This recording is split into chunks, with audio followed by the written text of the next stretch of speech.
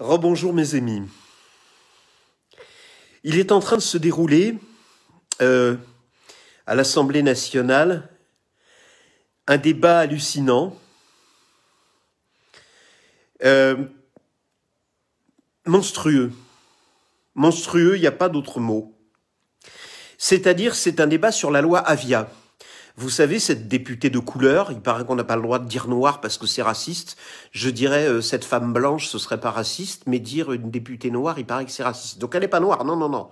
Une députée de couleur, donc, qui défend une loi totalement liberticide et qui privatise, je dis bien qui privatise la justice, et en particulier tout ce qui concerne les délits de presse, les délits d'opinion, sur les réseaux sociaux. Je rends hommage à, dans l'ordre alphabétique, Alexis Corbière de la France Insoumise, Nicolas Dupont-Aignan de Debout la France et Marine Le Pen du Rassemblement National, qui tous les trois ont protesté avec violence en disant que ce n'était pas normal que le gouvernement confie à une entreprise multinationale richissime, et en plus de ça étrangère, c'est-à-dire américaine, la justice française, en lui permettant de retirer, selon son bon plaisir, en moins de 24 heures, tout contenu qui, soi-disant, serait jugé haineux par Facebook. Et tous les trois ont dit la même chose. En France, on a une justice. Quand il y a des contenus haineux, quand il y a du harcèlement sur Internet, il y en a qui savent de qui je parle. Attendez. Et quand il y a des choses qui sont insupportables, c'est à la justice française, c'est au juge qu'il convient de se prononcer. La France, lamentable lavette, serpillière immonde, oui, j'ai honte de mon pays aujourd'hui, qui se soumet et qui rampe devant l'Union européenne alors que l'Allemagne vient de s'en libérer en indiquant que désormais ces lois étaient supérieures aux lois de l'Union européenne, se soumet maintenant à Facebook et décide que c'est Facebook qui décide ce qui est haineux, ce qui l'est pas, ce qui doit être retiré, ce qui ne l'est pas, ce qui est terroriste, ce qui ne l'est pas, ce qui est acceptable, ce qui ne l'est pas. Bref, les juges français, et Nicolas Dupont-Aignan l'a très bien dit, en s'adressant à Madame la garde des Sceaux, il lui a dit, Madame, regardez-vous dans une glace. Et puis, faites attention la prochaine fois que vous irez dans un tribunal parce que les juges auront, je crois, 2 mois à vous dire. Voilà. Donc ça, c'est clair, c'est net, c'est définitif. C'est une ignominie. La dictature en marche continue, puisque bien entendu, Facebook va s'entendre avec qui ? Il va s'entendre avec les gens qui sont au pouvoir et qui lui infligeront des amendes si Facebook n'agit pas. Qui va décider ça ? Ben, le gouvernement, même pas la justice, le gouvernement. C'est donc la censure absolue et totale qui tombe sur les réseaux sociaux. Des centaines de milliers de pages sont menacées. La mienne, mais pas que la mienne, des pages qui sont opposées à la mienne aussi. Toutes les pages. Tous les groupes, il suffit qu'il y ait quoi que ce soit qui déplaise. Et hop, terminé. C'est insupportable. C'est hallucinant. Ma femme m'a dit une chose. Elle qui a 12 ou 13 ans a défilé parmi les komsomols devant comment s'appelait-il déjà, Gorbatchev sur la place rouge. Elle m'a dit, moi à cette époque-là, de toute façon, même le KGB, jamais il condamnait ou il nous empêchait de nous exprimer, on s'exprimait, après il venait nous voir, il faisait une enquête, il nous écoutait. Alors évidemment, si ça leur plaisait pas, bon, ils étaient punis. Mais au moins, il y avait une enquête d'abord. Là, il n'y aura pas d'enquête, il n'y aura rien. Rien. C'est pire que l'Union soviétique. C'est la Gestapo Facebook. Pensez à mettre vos pyjamas rayés lorsque vous faites des vidéos, avant de vous retrouver en cellule, ou banni directement, privé de réseau social. C'est insupportable. Ça n'a rien à voir avec le Covid-19.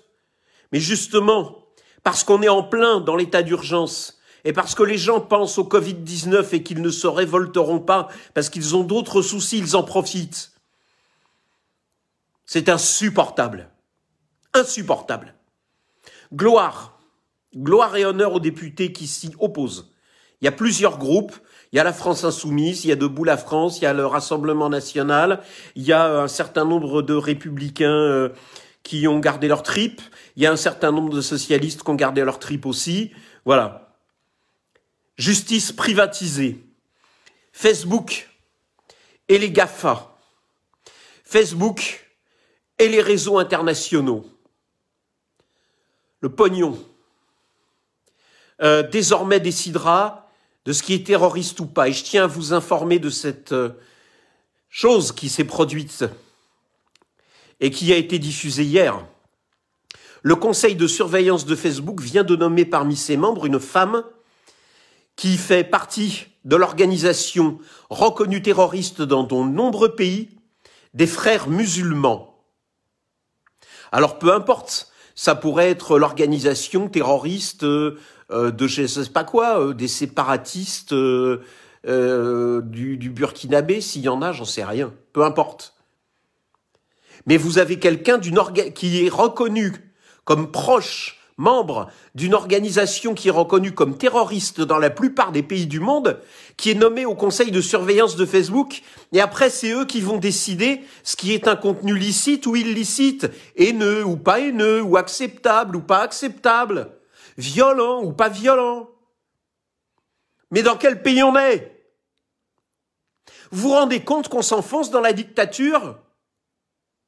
Il y a 2 jours, Nicolas Dupont-Aignan, encore lui, excusez-moi, c'est un ami, ben c'est mon droit, et si vous n'êtes pas d'accord avec lui, et ni avec moi au niveau des opinions politiques, vous êtes pour autant les bienvenus ici, dénonçait, après avoir vu et vérifié les informations que je lui avais données, le fait que les profs étaient appelés à la délation des parents qui n'étaient pas d'accord avec la gestion de la crise du coronavirus par le gouvernement. Député de la République, et il le dit face caméra. Parce qu'il a vérifié, parce que ses juristes lui ont dit, parce que ses avocats lui ont dit. Donc j'ai pas l'habitude de vous raconter des conneries. Enfin, dernière chose, mais c'est anecdotique.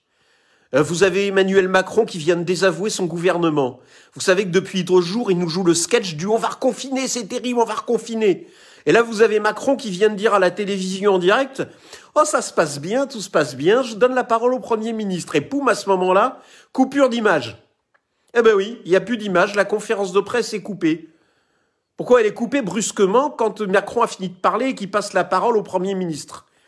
Est-ce que le fait qu'il veuille mettre Bruno Le Maire comme Premier ministre à la place d'Édouard Philippe y est pour quelque chose? J'en sais rien. Je vais pas affirmer ça parce que ce serait complotiste. Hein, puis c'est pas mon genre. Contrairement à ce que disent les gens. Voilà. Vous laissez pas faire. Vous laissez pas faire. Ce pays sombre dans l'ignominie. On est la risée de la terre entière. Il y a des gens qui pleurent dans d'autres pays en disant « mais mon Dieu, mais qu'est-ce qui se passe en France? Qu'est-ce qui vous arrive ?» Qu'est-ce qui vous arrive? On est malade, on est traité avec le traitement qui vient de France, du professeur Raoult, et on a des résultats superbes, et vous, on vous laisse crever. Nous, on gagne notre liberté d'expression, ça c'est les pays de l'Est de plus en plus, et on voit la France devenir ce qu'on était, nous, avant. Réveillez-vous. Par pitié, réveillez-vous. Merci, mes amis.